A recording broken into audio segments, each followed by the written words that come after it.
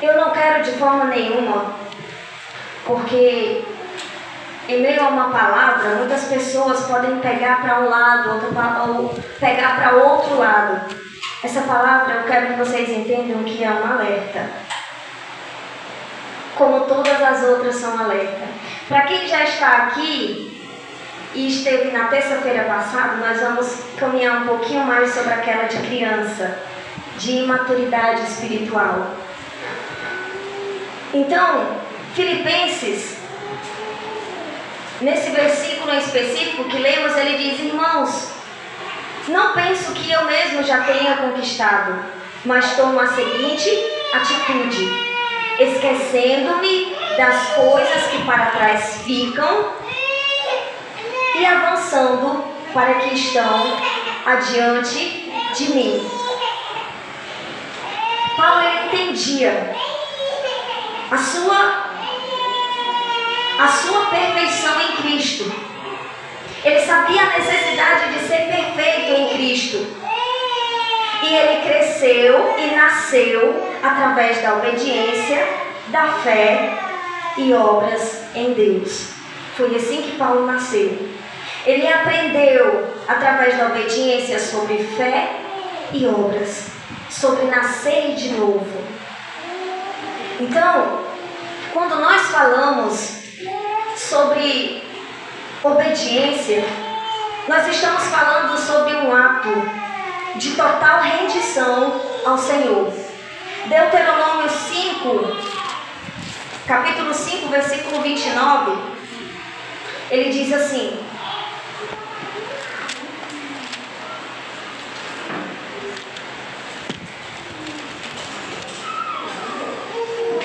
como seria bom se eles sempre pensassem desta maneira e tivessem o coração disposto para obedecer a todos os meus mandamentos. Assim tudo iria bem com eles e com os seus descendentes para sempre. Entenda bem, olha a compreensão e a profundidade da palavra do Senhor que Ele quer apresentar para nós. Ele diz: como seria bom se esse povo, se nós, se essa geração, se a igreja do Senhor pensasse dessa maneira e tivesse um coração disposto para obedecer a todos os meus mandamentos. Ele fala todos os meus mandamentos. Nós sabemos que se pecarmos e transgredirmos um só ponto da lei, nós somos culpados de transgredir todo o restante. Então ele diz: seria maravilhoso, seria bom se todos pensassem da mesma maneira e tivessem um coração disposto. O que é disposto? Um coração que luta, que busca fazer a vontade do Senhor através dos seus mandamentos. Ele fala uma promessa em seguida: tudo iria bem com eles, com aqueles que obedeciam, e também com seus descendentes. E ele diz: para sempre. A obediência, ela vai até a eternidade.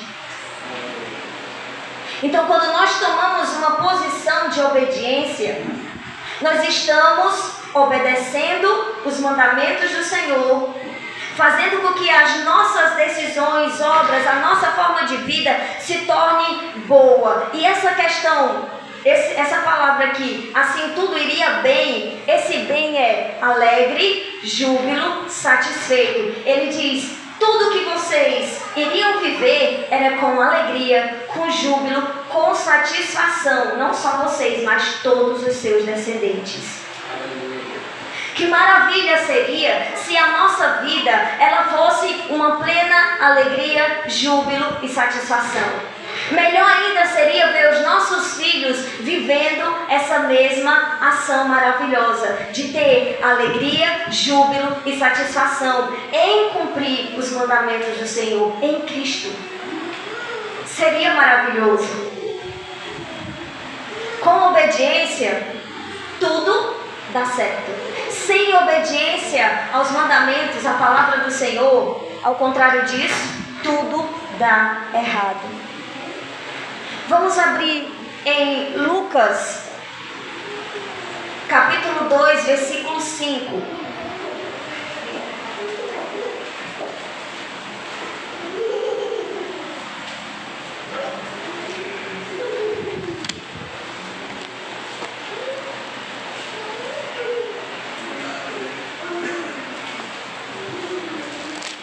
assim: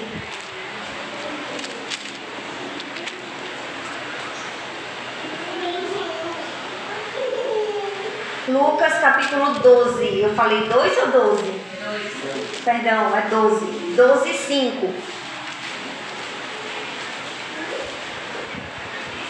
Ele diz assim: contudo, eu vos revelarei a quem deveis temer.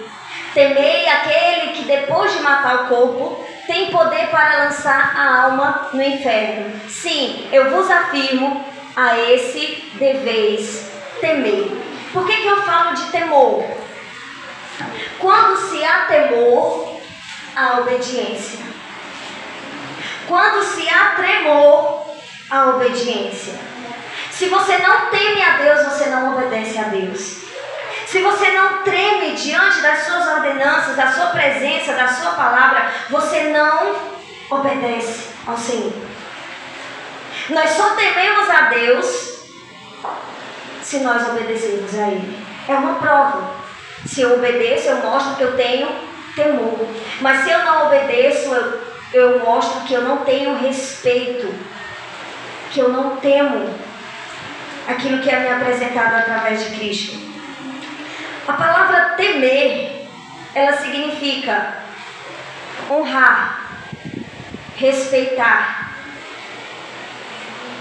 Por incrível que pareça, a palavra temer, ela nos diz algo que deveria causar espanto. Sabe? Quantos já foram ensinados aqui para que essa seguinte expressão: não é para você ter medo de Deus? Quem nasceu aqui não foi ensinado assim. Se ouviu e partilhou, ele diz: não é para você ter medo de Deus. Mas o significado da palavra temer, ela diz, é algo que deveria causar espanto. Temer é Deus deveria causar espanto em você. Temer também significa aterrorizar, amedrontar.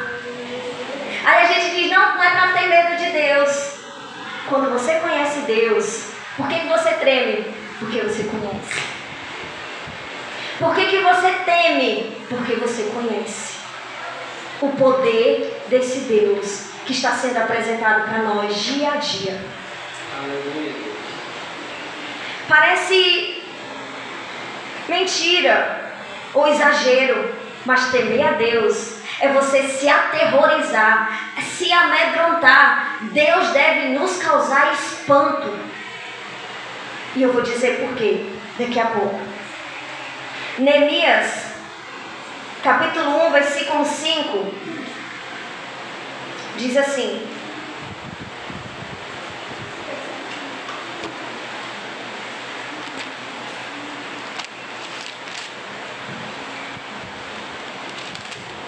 e desabafei, ó Yahvé, Deus dos céus, Deus grande e terrível, que cumpres a tua palavra, a tua aliança, e usas de misericórdia para com aqueles que te amam e obedecem os teus mandamentos. Ele diz: Deus grande e terrível.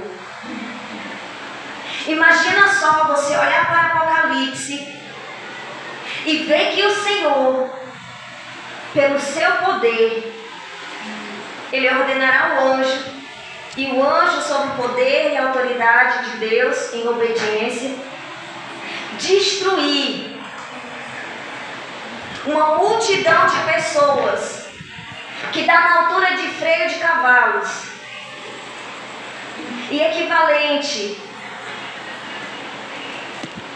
Deixa eu só abrir aqui para ter certeza para vocês.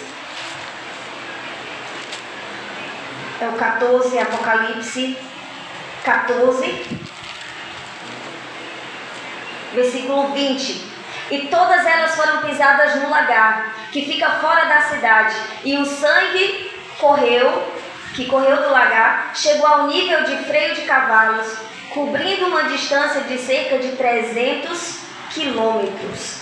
Imagine 300 quilômetros da altura de freio de cavalos, de sangue de pessoas destruídas pela ira de Deus.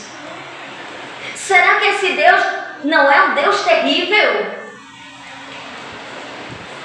Será que esse Deus, ele não é um Deus de nos causar espanto, de nos causar medo, terror?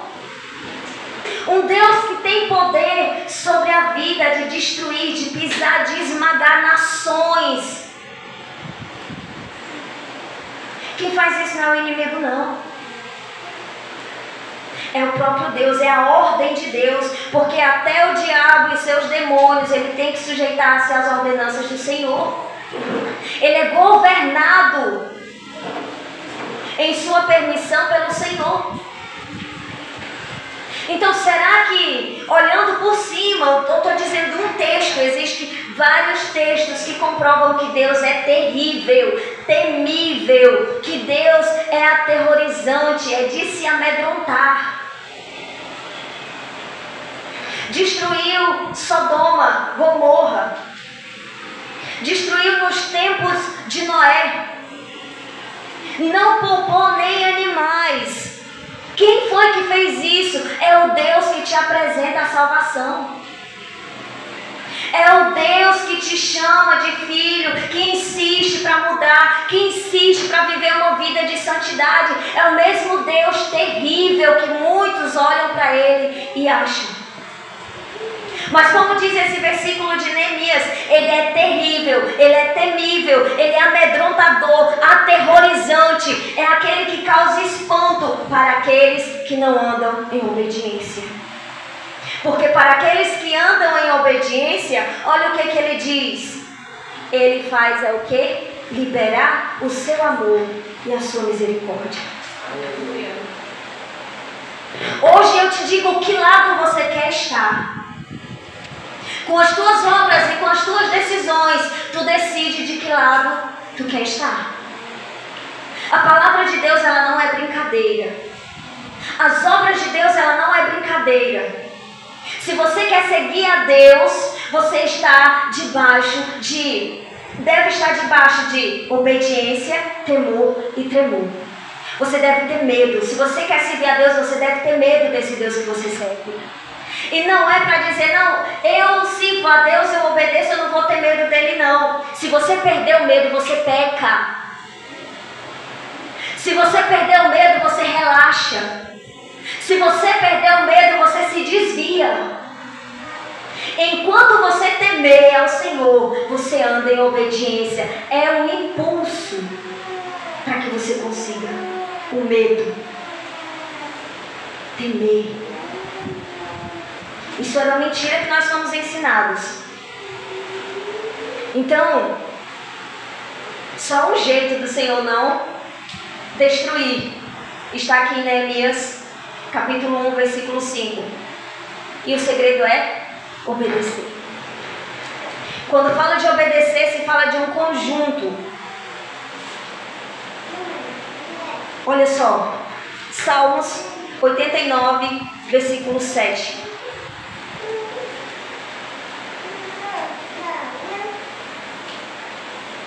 Ele diz assim: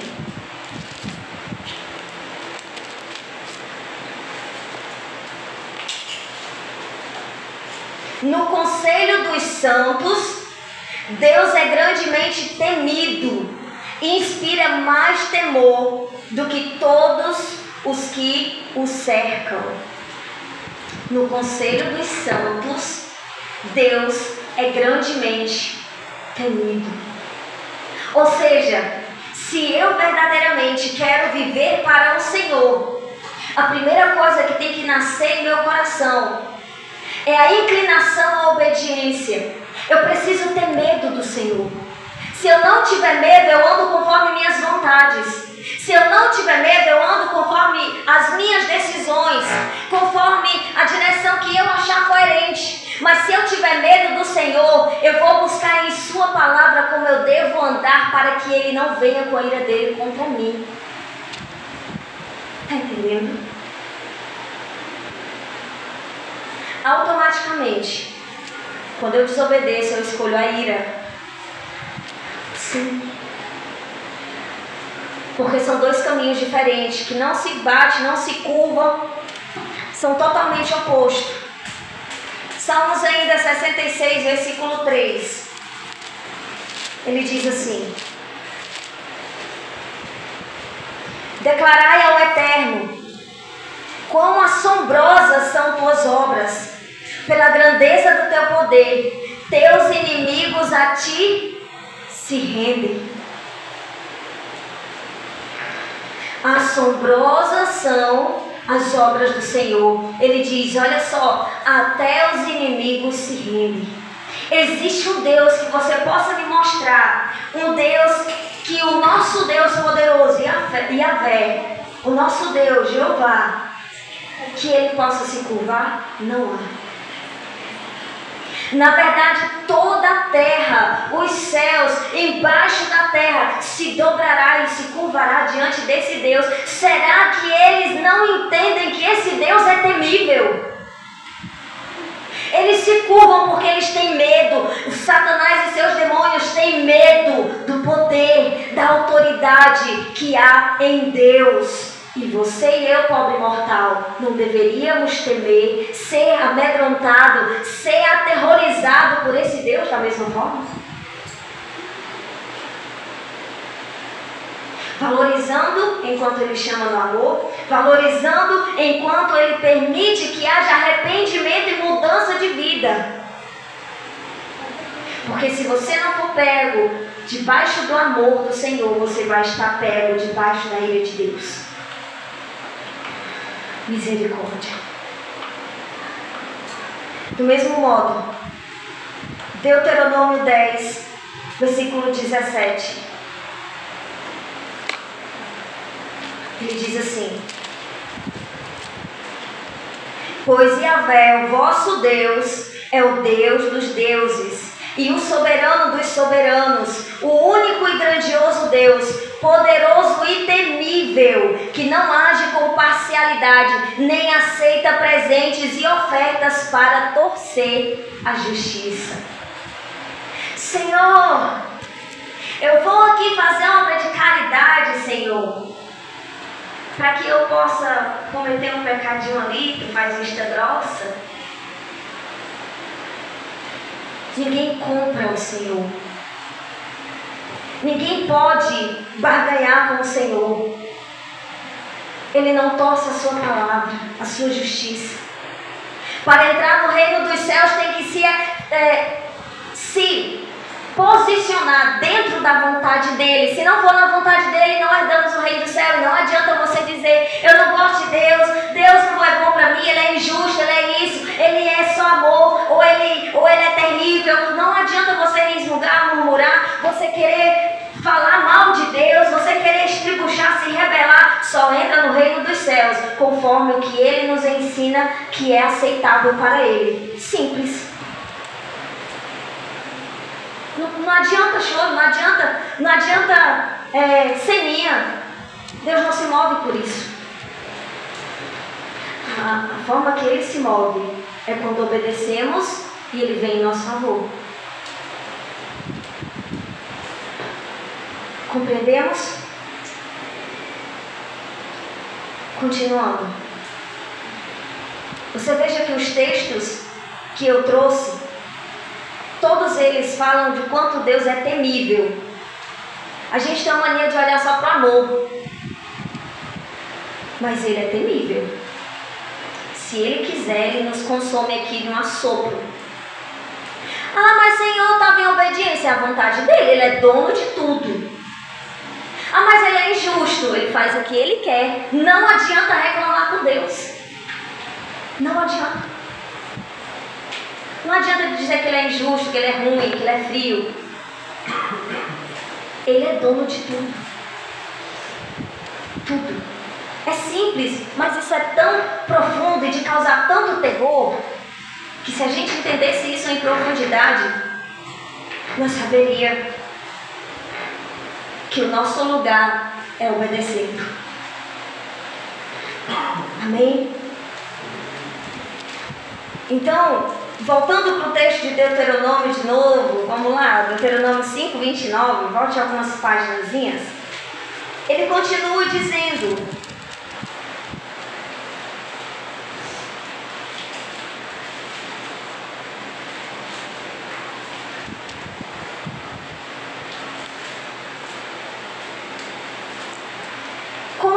bom se eles sempre pensassem dessa maneira, com o coração disposto para obedecer.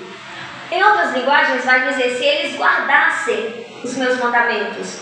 Guardar e obedecer dá o mesmo sentido.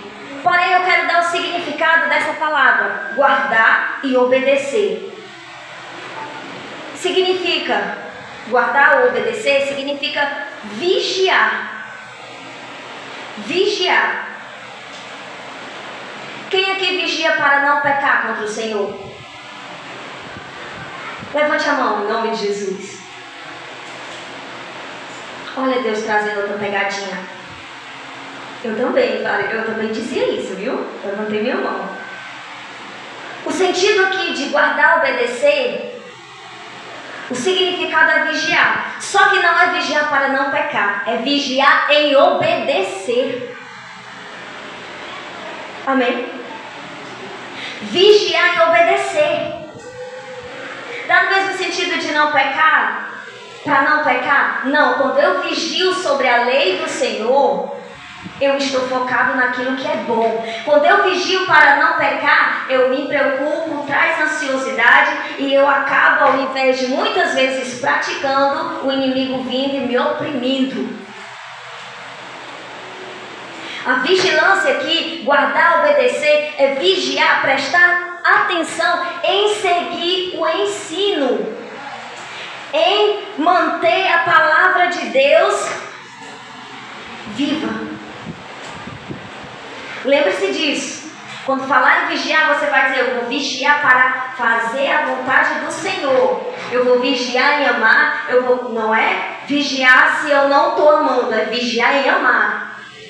É vigiar e não mentir. Não é vigiar e não mentir. Ou não é vigiar para não mentir. É vigiar dizendo, eu falo a verdade. Eu vivo a verdade. Eu vivo os princípios do Senhor.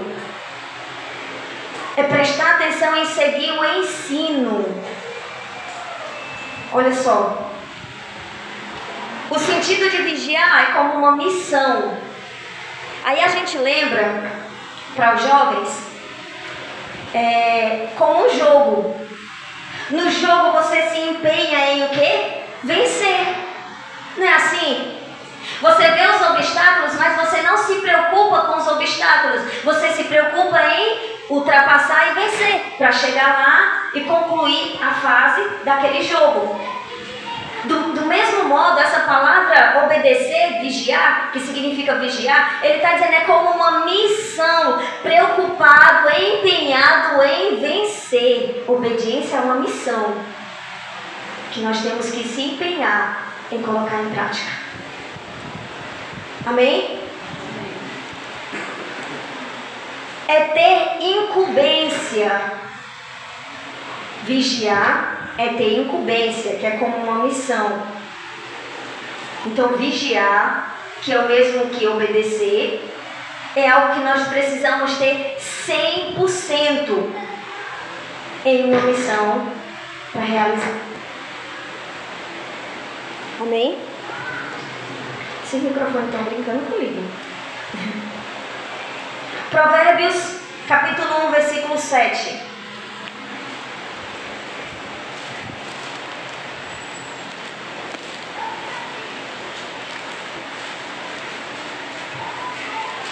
Diz assim: o temor do Senhor é o princípio do conhecimento, mas os insensatos desprezam a sabedoria e a disciplina. Eu não vou entrar no texto, mas eu trouxe esse versículo para que a gente entenda que temer o Senhor, quando tememos ao Senhor, nós estamos mostrando para Ele que Ele é poderoso para nos dar vida e tirar a nossa vida. Ele tem poder em destruir. Ele tem poder em reconstruir. Ele vai destruir com seu poder céus e terras, mas Ele também reconstruirá com seu poder céus e terras. Ele tem poder para mandar para o inferno. Ele tem poder para tirar do inferno. Ele tem poder sobre a eternidade, sobre o fogo e o juízo. Ele é poderoso em todas as áreas deste mundo, seja o terreno, seja o celeste, seja aquele que não vemos. Ele é poderoso e Ele governa sobre todas as áreas desse grande universo que Ele mesmo criou. Como não olhar para esse Deus como um Deus terrível? Quando nós olhamos para Ele como Deus grande, amedrontador, nós enxergamos o quanto pequenos e necessitados da presença dEle, do perdão dEle, nós somos. Porque quando eu vejo Ele como um Deus pequeno, eu me vejo como um Deus grande. Eu me vejo como alguém mais forte.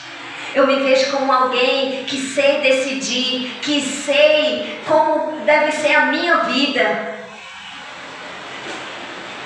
O primeiro Deus que somos nós, ele tem que cair para que a gente enxergue um Deus grande. Amém?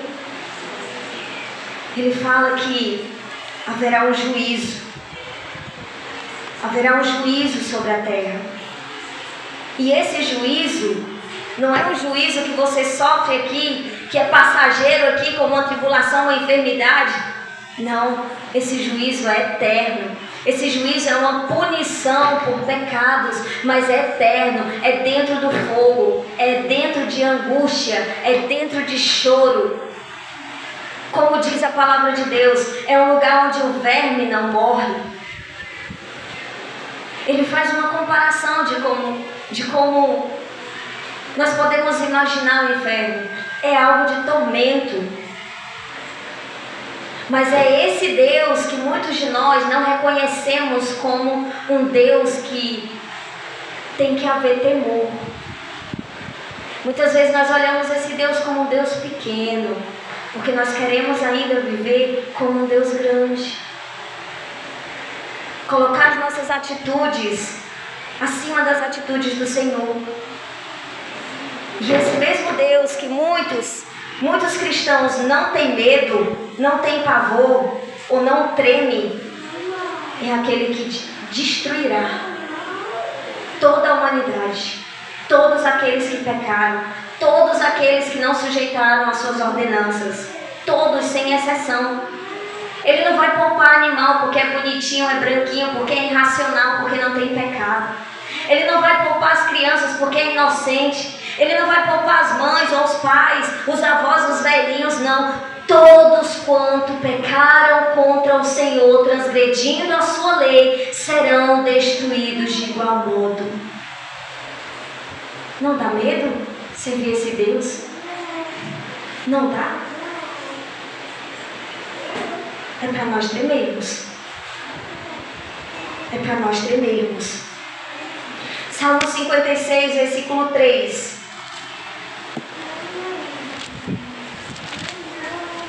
Diz assim: todavia, quando o medo me atacar, confiarei em ti. Ele está falando do medo do homem, da perseguição do homem. Em Deus cuja palavra eu louvo, em Deus eu deposito toda a minha confiança e nada temerei. O que pode fazer-me o simples mortal? Nós sabemos que quando Davi ele fala isso, ele reconhece. Quando ele chora profundamente, arrependido, clamando ao Senhor que não retire, clamando a Deus que não retire o Espírito Santo, ele entende o tamanho do poder desse Deus terrível. Porque ele viu esse mesmo Deus como anjo destruir um exército inteiro. Ele viu esse mesmo poder desse Deus destruindo nações, reis poderosos. Ele viu. Ele sabia o peso desse Deus. E quando ele chora com sua angústia, com toda a sua alma, com todo o seu ser, clamando que o Espírito não se retire dele, ele está dizendo: Senhor, eu não quero estar debaixo da tua ira. Eu não quero estar debaixo do teu poder destruidor. Ele está falando isso. Então, o homem mortal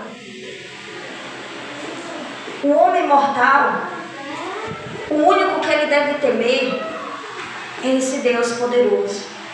E quando nós, olha o que o versículo diz: em Deus, cuja palavra eu louvo, eu deposito a minha confiança e nada temerei. O que Davi está dizendo? Eu estando em Deus, agradando o Senhor em obediência, eu não tenho medo do homem. Porque o homem, quando vier contra mim, lembra de Davi, Golias, pequenininho? Quando o homem vier contra mim, eles vão ver o Deus temível, terrível, amedrontador que habita em mim.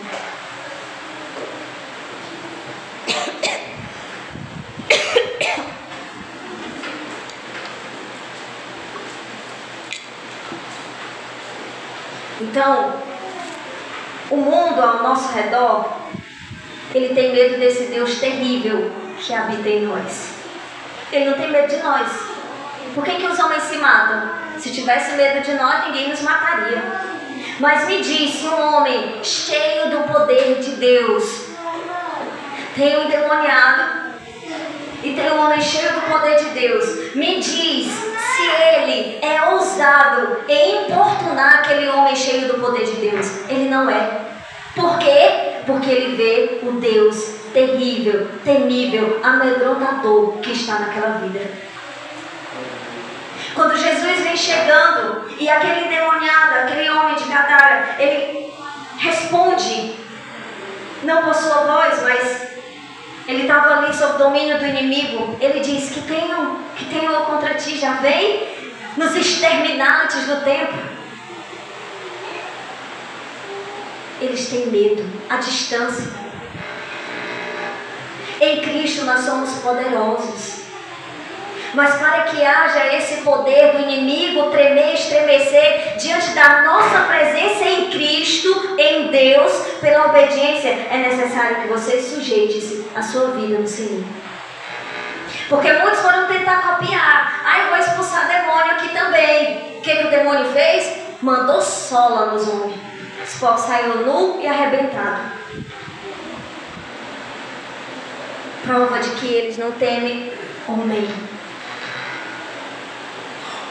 E o nome do Senhor, ele é poderoso para quem anda em obediência. Aleluia. Quantos aí expulsa, repreende o inimigo e o demônio não sai? Será que é porque o nome do Senhor não há poder? E eu digo, para aquela vida, só o nome não há poder, porque não há santidade. Não há o que o inimigo olhe e veja e diga: meu Deus, que medo. O inimigo não enxerga o externo como eu vejo. Ele enxerga muito mais. Ele enxerga muito mais. E para que ele seja vencido, é necessário que eu tenha uma vida de obediência. Uma vida de temor.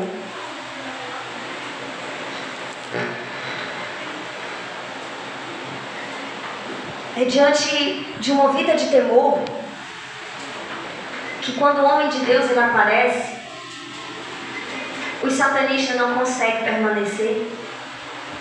Aquele que fazem macumbas, esse tipo de coisas, rituais, eles não conseguem permanecer. Por quê? Por causa do terror, da manifestação de Deus na face da igreja do Senhor, que anda em obediência. É só isso. Amém?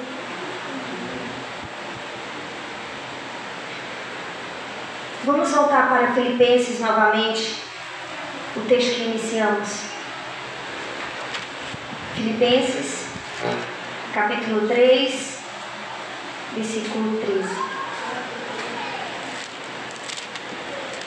Ele diz assim: irmãos, não penso que eu já tenha conquistado, mas tomo a seguinte atitude, esquecendo-me das coisas que para trás ficam e avançando para que estão adiante de mim. Paulo ele diz: eu estou gastando todas as minhas forças toda a minha vida, todos os meus recursos para sair da vida velha e crescer na nova vida em Cristo.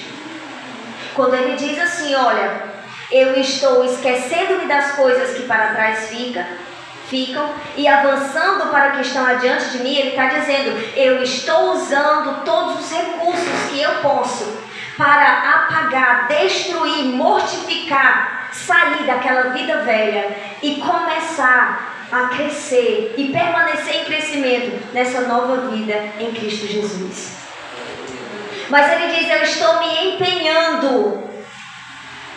Ele diz, eu estou usando todos os meus recursos para isso.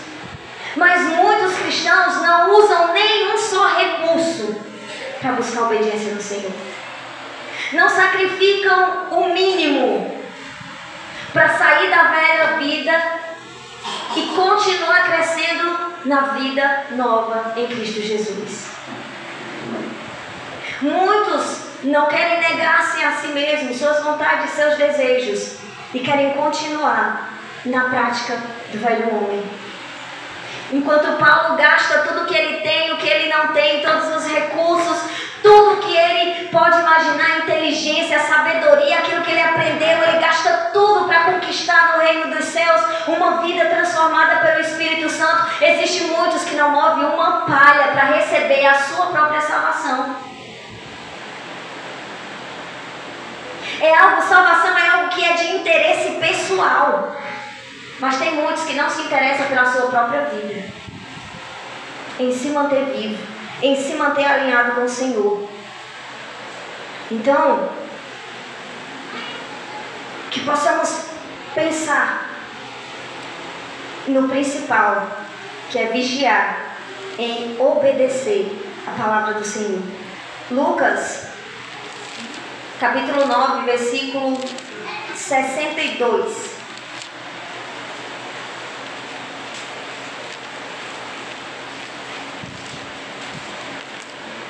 Diz assim: ao que Jesus lhe asseverou, ninguém que coloca a mão no arado e fica contemplando as coisas que deixou para trás é apto para o reino dos céus. Ele não está falando apenas de um trabalho na obra de Deus que você desiste. Ele está falando daquele que começa a seguir Jesus, aquele que começa a viver as obras de fé, obras de salvação e começa a retroceder em sua vida, voltando à vida velha. Ele está voltando de novo à mesma vida negligente, a mesma vida onde você é o seu Deus. Ele diz, ele não é apto para o reino dos céus. Como entrar no reino negligenciando a santidade, a obediência, sendo desleixado, relaxado com a vida cristã? Como se entra? Me diz, porque eu queria. Bom seria se a gente não fizesse nada e entrasse no reino dos céus. Bom seria. Mas o critério do Senhor é obedeça para você entrar. Se você não quer obedecer, seu sangue sobre sua cabeça. É você que sabe. Eu estou te propondo a vida. Eu estou te propondo a bênção. Se você escolher a maldição, foi uma escolha sua, não foi o que eu queria.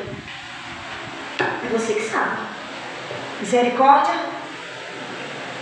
Então, nós temos que esquecer o passado. O passado não é a sua história, entenda bem. O passado não é a sua história. O passado é quem você foi. A história é uma consequência de vida. Mas quem você foi é quem você decidiu viver. É o que você decidiu e escolheu ser. Ele não está falando de história, de deixar o passado, a história para trás. Ele está dizendo, seja diferente.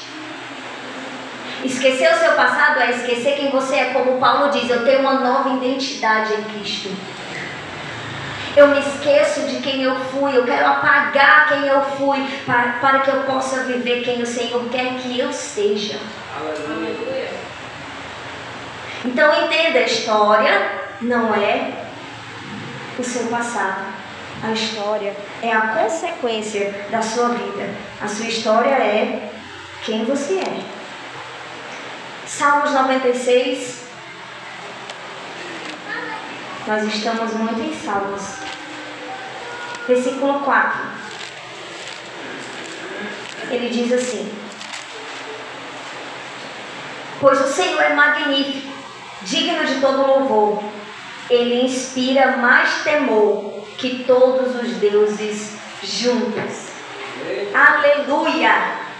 Imagina aí tu juntar Beelzebul, as deusas Aserá, as deusas, digamos, todos os demônios, as castas do dia de demônios, Satanás, botasse ali Bafomé, botasse todos em um lugar só e dissesse assim: olha, qual tem mais poder? Todos eles juntos, nenhum se compara ao respirar, ao mínimo de um grão de areia do poder do nosso Deus. Ele é mais temível. Se muitas vezes tem pessoas crentes que têm medo do demônio, tem medo de Satanás, a cadeira mexeu, ai meu Deus do céu, não vou dormir mais, tenho medo. Ele diz assim: olha, pode juntar tudinho. O Deus que tira a vida, aquela feiticeira que pelo rastro da chinela tira a vida, junta ela. Aquele que se transforma em cobra, que passa 7 dias debaixo da terra para cumprir ritual, chama esse aí também, que é o feiticeiro grande. Chama aqueles que estão no topo da pirâmide, em poder, em obras. Ele diz: chama tudinho ele. Ele diz assim: ó, nenhum deles é para você ter medo mais do que a mim, Deus poderoso. Aleluia. Dá para você comparar? Dá para você entender o quanto nós devemos temer esse Deus? Junta todos os deuses da terra, aquele que o homem mais forte, aquele que o homem que tem mais entendimento, ele tem medo. Não estou falando de Deus não. Pode juntar de geração em geração os deuses que foram o tormento das nações. Junta eles. Agora, olha para mim. Nenhum deles é comparado ao terrível, ao assombro que eu sou. Que o próprio Deus, soberano, Deus da eternidade, nenhum se compara a Ele em poder. Aleluia. Sabe? É para você entender que é um privilégio servir esse Deus, não é um peso. Glória. Porque esse Deus, que muitas vezes você faz hora com Ele, é um Deus que está anotando no caderninho, no livrinho, para no dia final, se não houver um arrependimento, uma sinceridade de coração e uma transformação, o Deus que você riu vai rir de você no final, te lançando no inferno. É a verdade. Então, todas as palavras e os momentos de culto que nós estamos é a oportunidade que o Senhor nos dá de arrependimento, de mudança de vida. Não é Satanás que manda ninguém para o inferno para a gente ter medo dele. É o próprio Senhor. O próprio Satanás vai estar lá, baixinho, caladinho. E uma fila de gente que não obedeceu ao Senhor no mesmo lugar. Misericórdia. Estou quase encerrando, para vocês se animarem. Lá vem a última parte. Para mim é a parte mais tenebrosa. Oh, misericórdia, deixa eu beber água.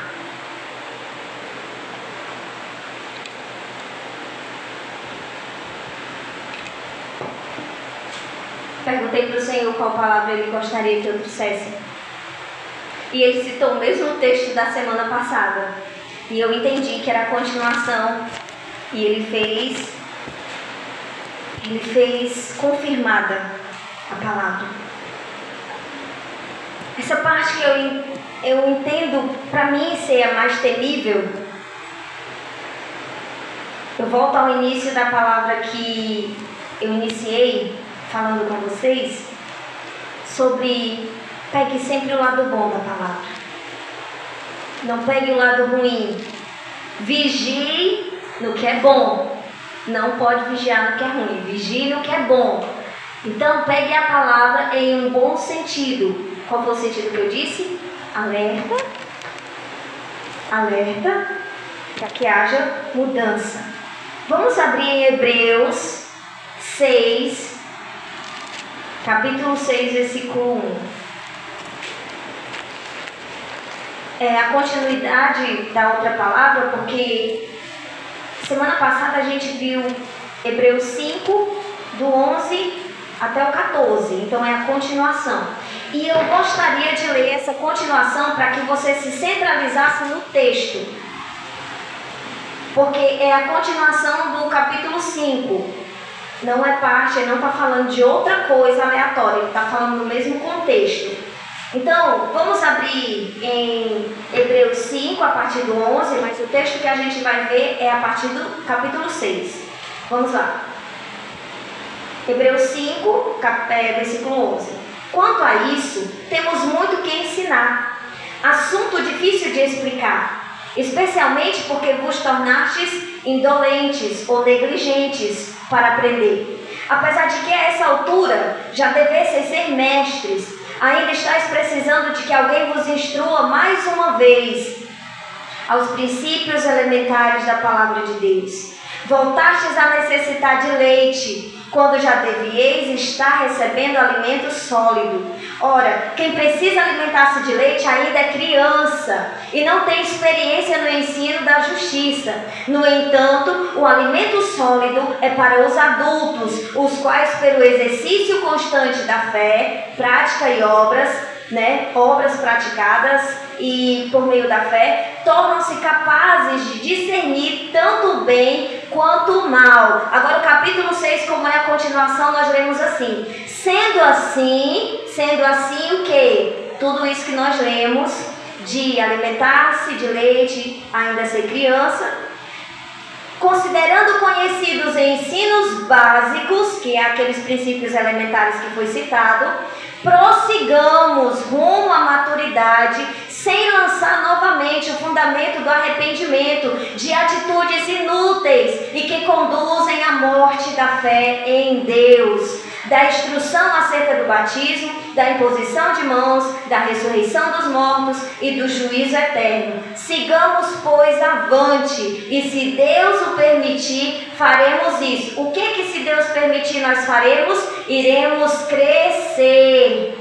crescer rumo à maturidade. Isso, se Deus permitir, ele está dizendo, se Deus permitir, nós vamos viver essa maturidade.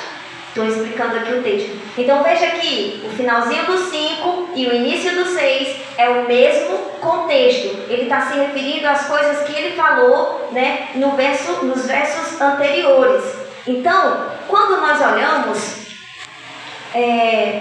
para esse capítulo 6 e versículo 1 de Hebreus, ele diz: considerando conhecidos ensinos básicos, considerando que você conheceu a base do que é ser servo de Deus, do que é o amor, perdão, do que é a busca pelo Espírito Santo, ele diz, olha, considerando que você conhece o básico em Cristo, você tem que procurar crescer em maturidade, sem novamente estar voltando a entender o que é amor, o que é arrependimento, o que é viver em Cristo, ensinar que se deve buscar Deus. Pelo amor de Deus, com um cristão que não sabe que precisa buscar Deus. Ele está dizendo, isso é coisa de criança, isso é coisa de alguém que já deveria estar bebendo, estar comendo alimento sólido, mas ainda está bebendo leite, voltando de novo, retrocedendo de novo. E ele diz, essas coisas que são tipos de atitudes inúteis, mata a fé em Deus, destrói a fé em Deus. Ele diz, olha, coisas acerca do batismo, e esse batismo, ele não está falando do batismo de você receber o revestimento de poder, mas ele está dizendo de conhecer o Espírito Santo e recebê-lo logo quando você aceita.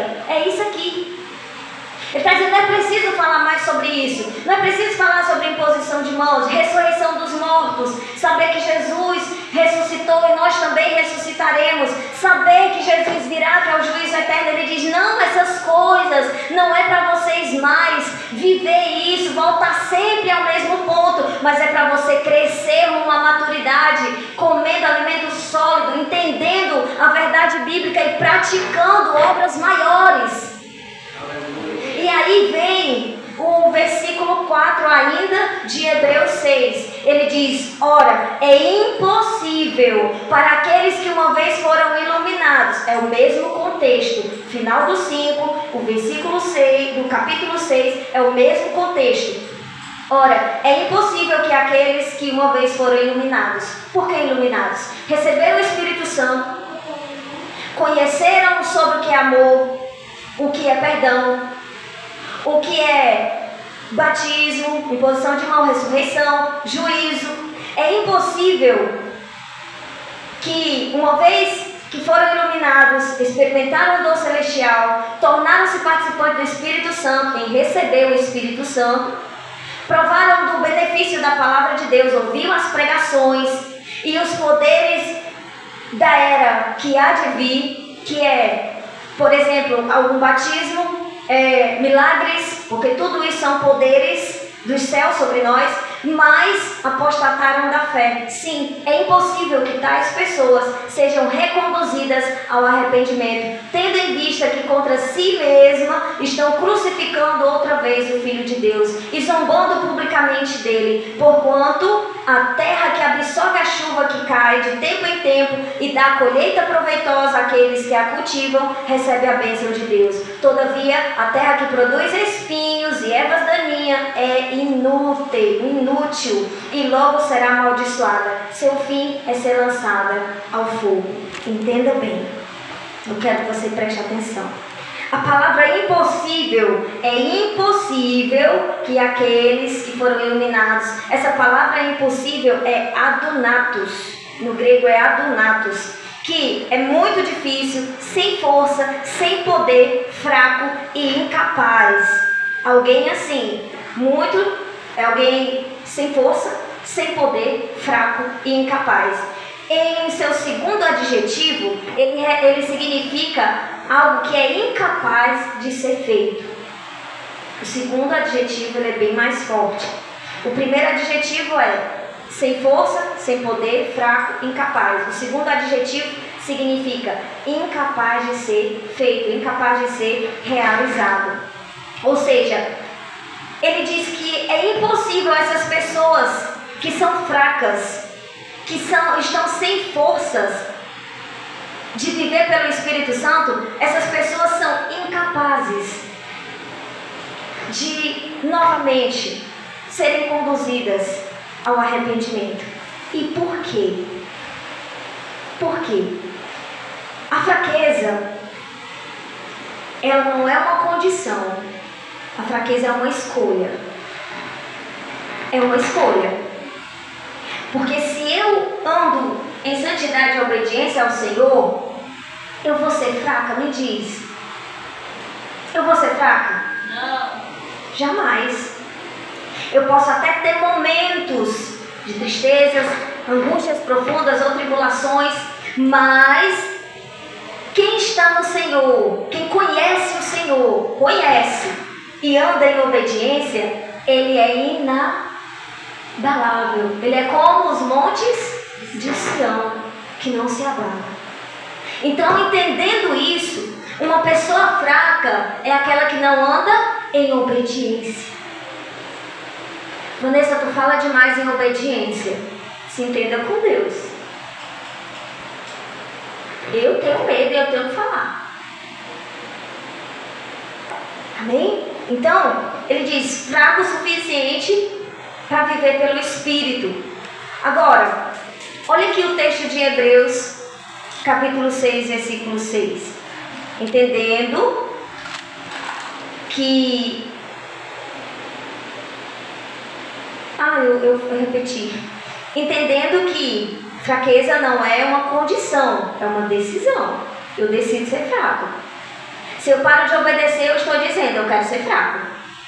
Se eu paro de temer, se eu paro de seguir aquilo que o Senhor me fala, me ordena, eu estou dizendo, eu quero ser fraco.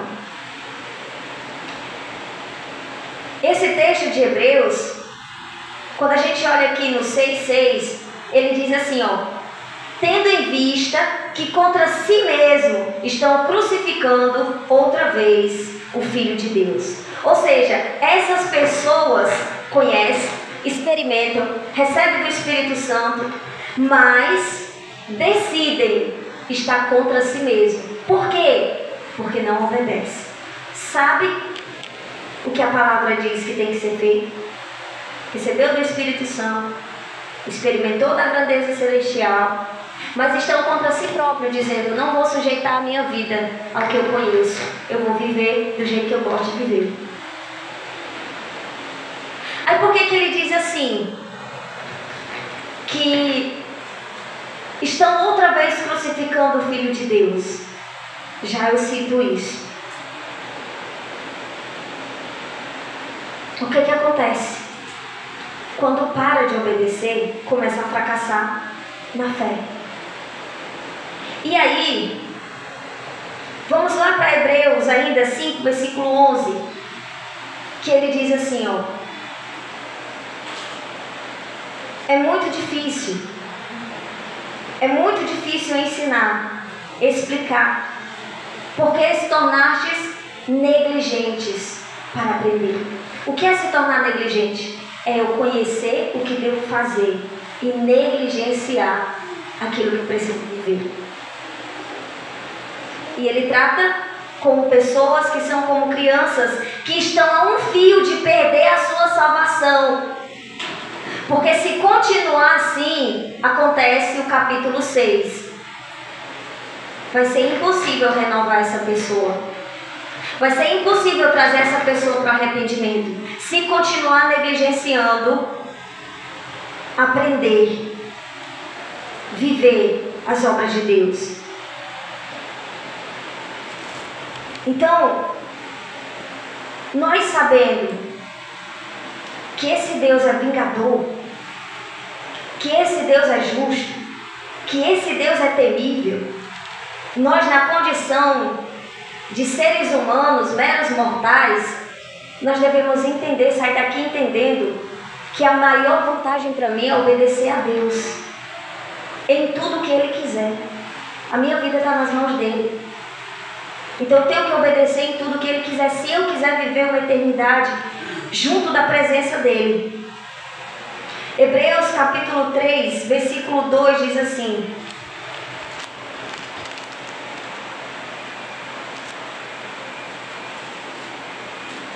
capítulo 12, perdão, versículo 12. Hebreus capítulo 3, versículo 12.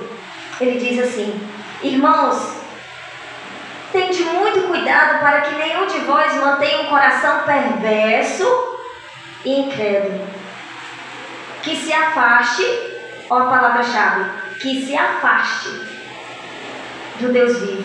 Pelo contrário, exortai-vos mutuamente todos os dias durante o tempo que se chama hoje, de maneira que nenhum de vós seja embrutecido pelo engano do pecado, porque passamos a ser participantes de Cristo, desde que na realidade nos apeguemos até o fim à fé que nele depositamos desde o início. Resumindo, ele diz, nós como igreja precisamos ter total cuidado para que o nosso coração não se torne perverso e incrédulo, deixando de obedecer a verdade que já entendemos, e isso fazendo com que venhamos fracassar na fé, se afastando do Deus Todo-Poderoso, e assim, venhamos pelo contrário. Nós devemos exortar, nós devemos nos encorajar para que ninguém venha envaidecer-se, se orgulhar-se, endurecer o coração com o engano do pecado. Por quê? Porque para sermos participantes de Cristo é necessário que a gente viva por fé, a gente viva a fidelidade no Senhor do início ao fim. Por essa razão, versículo 15, é que se afirma: hoje, se ouvirdes a sua voz, não endureçais o vosso coração, como ocorreu na rebelião. Ora, quem foram os que ouviram e se rebelaram? Não foram todos os que saíram do Egito guiados por Moisés? E contra quem Deus se manteve virado por 40 anos? Não foi contra aqueles que pecaram, cujos corpos tombaram mortos no deserto? E a quem jurou que jamais haveria de ingressar no seu repouso? Não foi aqueles que se mantiveram constantemente desobediente, concluindo desse modo, que não lhes foi possível ter acesso à terra prometida por causa da incredulidade. Entendeu? Ele diz: o Senhor se rebelou por aqueles que desobedeceram. O Senhor disse que não ia entrar no descanso aqueles que desobedeceram. O quê? Os mandamentos, as ordenanças, a palavra do Senhor. Então, o que é que nós entendemos? Existe uma palavra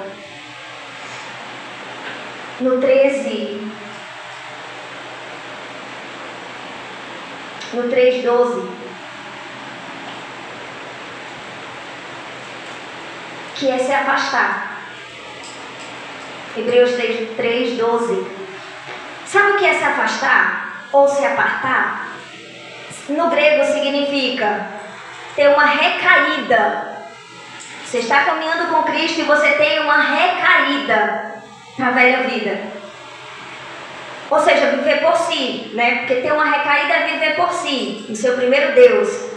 Significa apartar ou se afastar. Rebelião, afastar-se ou apartar-se do que estava ligado. Cortar a intimidade. Então, quando ele cita que nós devemos ter cuidado para que não venhamos se desligar, cortar a intimidade, ter uma recaída, se rebelar contra o Senhor. Ele nos ensina que nós devemos vigiar em obedecer para não ter uma recaída e se afastar da intimidade, se afastar da presença do Senhor.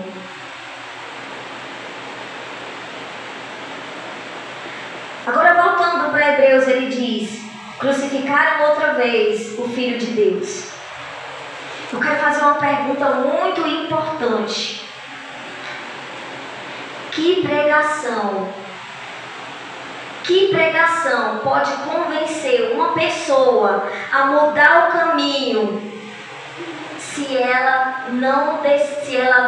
decide não servir a Cristo? Que pregação pode mudar a mente de uma pessoa que não quer servir a Cristo? Qual a pregação que muda? Porque nós fazemos o que nós queremos.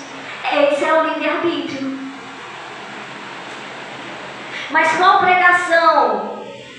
Se Jesus crucificado, se as obras de Deus, se o Espírito Santo de Deus, se o experimentar da eternidade não convencer uma pessoa a andar em obediência, que pregação vai chamar essa pessoa a mudar de opinião e seguir a Jesus?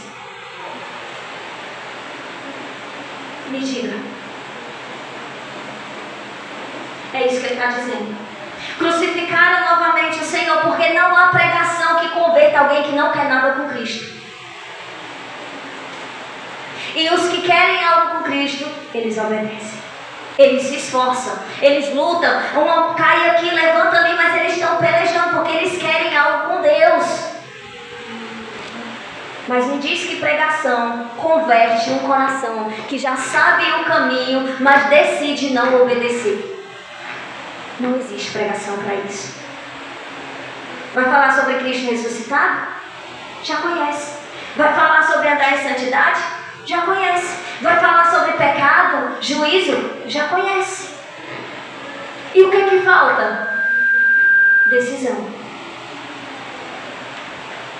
Decisão. Misericórdia. Então, o nosso Deus, Ele é vingador, terrível, temível. Ele tem poder sobre toda a terra e céu. E eu e você não devemos temer novamente a sua ira? Sim, devemos temer.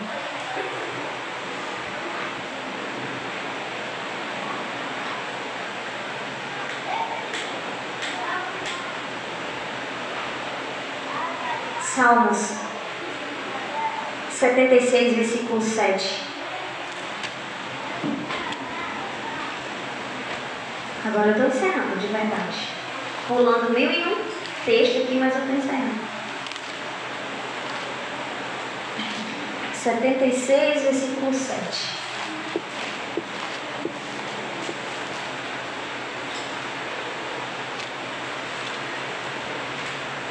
Tu infundes temor. Quem pode manter-se diante de ti durante a tua ira? Qual é o principado? A potestade, o homem, o animal, a criança, o poderoso que consegue se manter de pé, firme, diante da ira de Deus. Não há. Não há quem se mantenha de pé. E é por isso que nessa oportunidade que Ele nos dá de mudar de vida, de arrepender-se, nós temos que agarrar com unhas e dentes. Para encerrar, eu gostaria de abrir o texto de Hebreus, capítulo 10, versículo 26.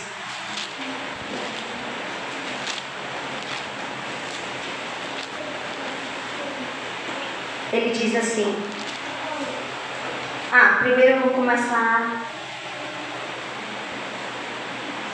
do 25.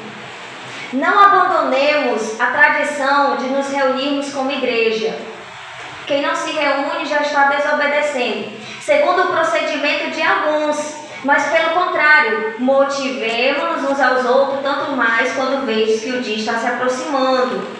Porque se vivermos deliberadamente, ou seja, conscientemente, em pecado, rejeitando a fé, a palavra, depois de ter recebido o conhecimento da verdade, já não resta sacrifício pelo pecado. Que palavra vai convencer essa vida que não quer Jesus? E ele continua. Mas o que há sobre essa vida é uma horrível expectativa de juízo e fogo ardente, prestes a consumir todos os inimigos de Deus. Aqueles que não se sujeitam às suas ordenanças se tornam inimigos de Deus. Aqueles que são amigos do mundo são inimigos de Deus. Ora, se aqueles que rejeitam a lei de Moisés, ele faz uma comparação, morreram sem misericórdia, mediante a palavra de acusação de duas testemunhas, julgai vós quanto maior será o castigo, que merecerá castigo quem feriu os pés do Filho de Deus. Quem é os pés do Filho de Deus? É o Espírito Santo que habita em nós. Ele diz, olha, se houve um castigo terrível para aqueles que transgrediram, rejeitaram a lei que foi dada a Moisés, morreram sem misericórdia, mediante apenas acusação, imagine aí, pense, ele diz, julgai vós, pense vocês, qual será o maior castigo e qual merecimento será de maior castigo? Aquele que feriu o Espírito Santo de Deus e pisou o sangue da aliança que dele, pelo qual ele foi santificado, e insultou o Espírito da graça. Ele está falando para um povo que conhece o Espírito Santo, que recebeu, conheceu a palavra, mas está novamente insultando, está novamente ferindo, profanando a aliança, a presença, a obra. O 30, porquanto nós conhecemos aquele que declarou, a mim pertence a vingança, e em outro trecho, o Senhor exercerá juízo sobre o seu povo. Assim, terrível coisa é cair nas mãos do Deus vivo. Mas ele continua no conselho. Isso é um alerta para que você não chegue nesse nível. Mas o 32 é um alerta. Contudo, é um conselho. Contudo, lembrai-vos dos primeiros dias em que, depois de serdes iluminados, suportaste grande provação, sofrimento, algumas vezes exposto a público. Isso ele está narrando um testemunho da época deles, mas que exatamente se encaixa naquilo que vivemos hoje. Como espetáculo de humilhação, perseguição, e outras vezes vos associastes ao que da mesma forma foram ofendidos, porque não somente vos compadeceste dos encarcerados, mas também recebeste com alegria o confisco dos próprios bens. Vamos pular aqui o 37. Pois dentro de pouco tempo, aquele que vem virá e não tardará. Mas o justo viverá pela fé. Contudo, se retroceder, minha alma não se agradará dele. Nós, entretanto, não somos dos que regridem para a perdição, mas sim dos que creem e salvos seguem avante. Nós somos desse. Ele diz, olha, a alma do Senhor não tem prazer daquele que entende, compreende o que deve fazer e não faz. O pecado, ele é pecado, não é o que eu digo que é pecado. Não é o que eu entendo como pecado. Existem igrejas que dizem assim, se corta cabelo é pecado. Se usar um batom é pecado. Aí, no tribunal de Deus, que todos vamos comparecer, tanto os justos quanto os injustos, claro que uns para receber algumas coisas e outros para receber outras coisas pior. O nosso é coisa boa, Deus é coisa ruim, né?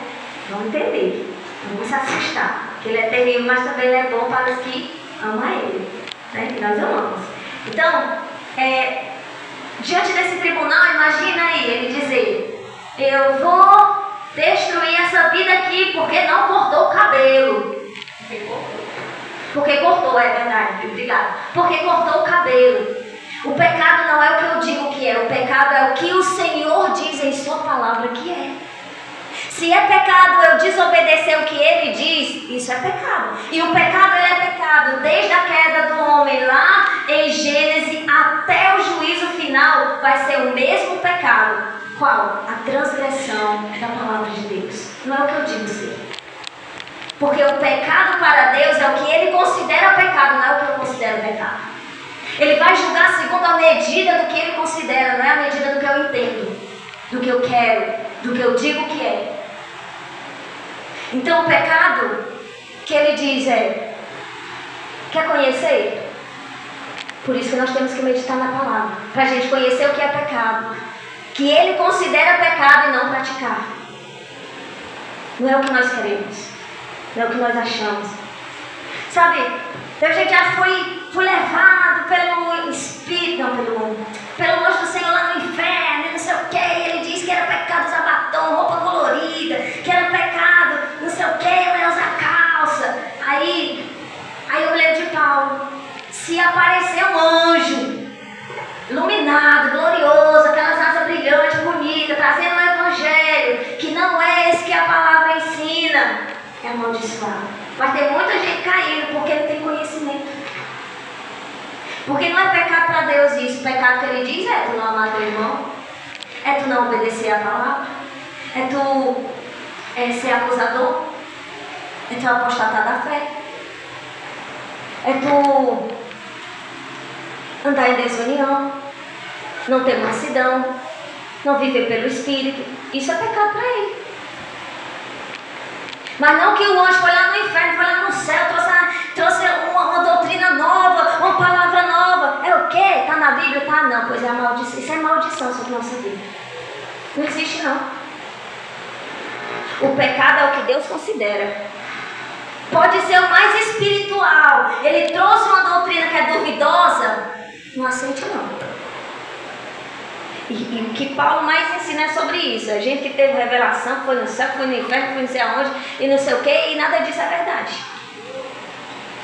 Entenda, pecado é o que Deus considera pecado, não o que eu considero. Eu acho que esse negócio de pecado nasceu de uma mãe que não queria que o filho fizesse algo, ela diz, olha, tu vai pro inferno, eu não gosto disso não. Só pode ter nascido de uma mãe que não queria alguma coisa, por exemplo, não queria que o filho andasse de calça e disse, olha, tu vai pro inferno.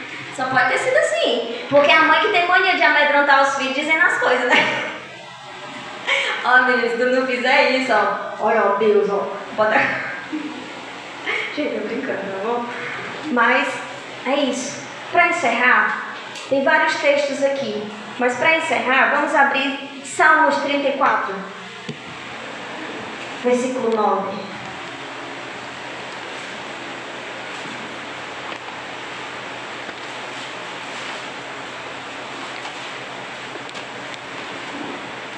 Eu vi Salmo nesse instante, ele foi estudando.